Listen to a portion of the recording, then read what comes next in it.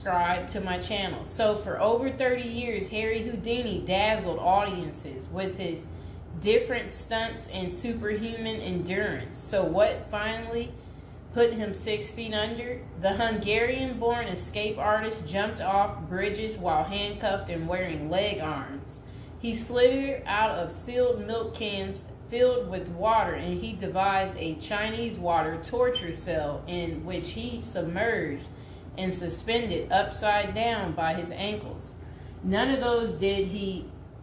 I guess he was able to get out and survive. So Houdini's heart-pounding getaways usually involve a healthy dose of trickery, and but they were also genuine risks. In 1915, Houdini nearly suffocated during a stunt in which he was shackled and buried under 6 feet of dirt.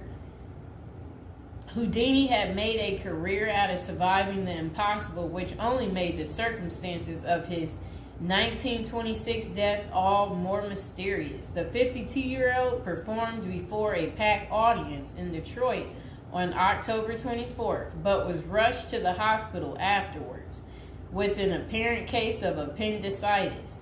He died just a week later on Halloween, leaving his legions of admirers bewildered. Okay, so an obituary in the New York Times expressed shock at the passing of the man who so often had seemed to thousands to be cheating the very jaws of death. And I want to talk about something else. So I've been to Detroit, and I don't remember anybody talking about Houdini there. And I think they should have had some of his cool, iconic stuff there.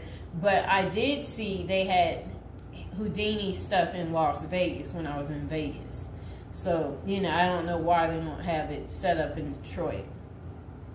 So Houdini's final performance. The strange series of events that led to Houdini's demise had kicked off several weeks earlier on October 11th, 1926, while being shackled into his Chinese water torture cell during a performance in Albany, New York. So it says he was struck on the leg by a piece of faulty equipment. He hobbled his way through the rest of the show, but was later found to have sustained a fractured left ankle. Against doctors' orders, Houdini continued his torture and traveled to Montreal, where he gave a lecture at McGill University. Just a few days later, on October 22nd, he invited some McGill students to visit him in his dressing room at the Princess Theater. The magician's sore ankle was still bothering him, so he plopped down on a couch while the group chatted. At some point, a student named J. Gordon Whitehead arrived and asked Houdini if it was true that he could resist hard punches to his abdomen, a claim that the magician had supposedly made in public. According to witness Sam Smits, when Houdini said the rumors were true, Whitehead abruptly delivered 4 to 5 terribly, forcibly deliberate, well-directed blows to his stomach. Houdini was still reclined on the couch and had no time to prepare for the punches, which appeared to leave him in considerable pain. And now would be a good time to like the video and to subscribe to my channel. Do you like this new series? This is the Death series, and there will be more series to come and more episodes from the Death series as well. And do you like my prison series? And if you haven't checked out my prison series I created just for you, you can go ahead and check out my playlist. And there's also a love spell series that I think you will enjoy too checking out. Okay, so Houdini brushed off the incident at the time, but that same evening he began to complain of discomfort and stomach cramps. His condition only worsened the next day when he boarded an overnight train to Detroit for a new run of performances. The magician developed severe abdominal pain, cold sweats, and fatigue, and his temperature rose to 104 degrees. A doctor suspected appendicitis and instructed Houdini to go to a hospital, but the performer insisted on taking the stage for his opening night show at Garrick Theater. Isn't that really funny? He still wanted to work even though he wasn't doing so well. Okay, he proceeded to struggle through his routine before collapsing immediately after the final curtain. The show would be Houdini's last. The same night, he was taken to a Detroit hospital and prepared for surgery. Doctors successfully removed his appendix, which was found to have ruptured several days earlier, but it had already poisoned his insides. Despite a grim prognosis, the magician clung to life until October 31st, when he died with his wife Bess and his two brothers by his side. The official cause of Houdini's death was listed as peritonitis caused by a ruptured appendix. At the time, the magician's doctors firmly believed that the illness was the result of so I guess some guy had given him something backstage during an encounter in Montreal. Okay, so such cases of traumatic appendicitis are extraordinarily rare. One study found only a couple dozen instances over a nearly 20-year period, but in 1926 the diagnosis was widely accepted. Houdini's life insurance company was even forced to pay his wife a double for accidental death. Okay, so doubts arise over the escape artist's death. Houdini was laid to rest in Queens, New York. And this is what his little, I never knew that was where he is. Well, there he is right there. Okay, that was his tombstone.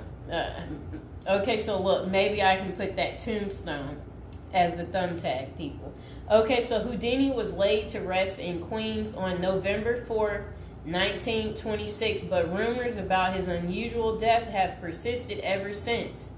Many of the theories tend to focus on the magician's contentious relationship with spiritualism, a pseudo-fed religion whose adherents once claimed it was possible to communicate with the dead through seances and mediums. Houdini, a born skeptic, had spent much of the 1920s on a mission to debunk the spiritualist claims and expose its top psychics as frauds. The crusades earned him several $1 million worth of lawsuits and more than a few enemies, but at the time of his demise, he showed no signs of letting up. Just a few months earlier, he had testified in front of Congress in support of a bill to outlaw fortune-telling in Washington, D.C. Could Houdini's meddling have gotten him killed? In the 2006 biography, The Secret Life of Houdini, authors William Kalash and Larry Sloman contend that the magician's death may have been a carefully planned assassination by members of the spiritualist community. If one were to suspect Houdini a victim of foul play, they write, then the section of organization crime that was composed of fraudulent spirit mediums must be considered likely suspect. Okay, so Kalash and Sloman argue that the spiritualists had a history of poisoning their enemies, and they note that no autopsy was ever performed to confirm Houdini's death. I wonder why. So his death was actually caused by appendicitis. If someone were hell-bent on poisoning Houdini, it wouldn't have been very difficult, they concluded. Considerable debate has also focused on J. Gordon Whitehead, the McGill student who supposedly delivered the potentially fatal gut punches to Houdini's Montreal dressing room.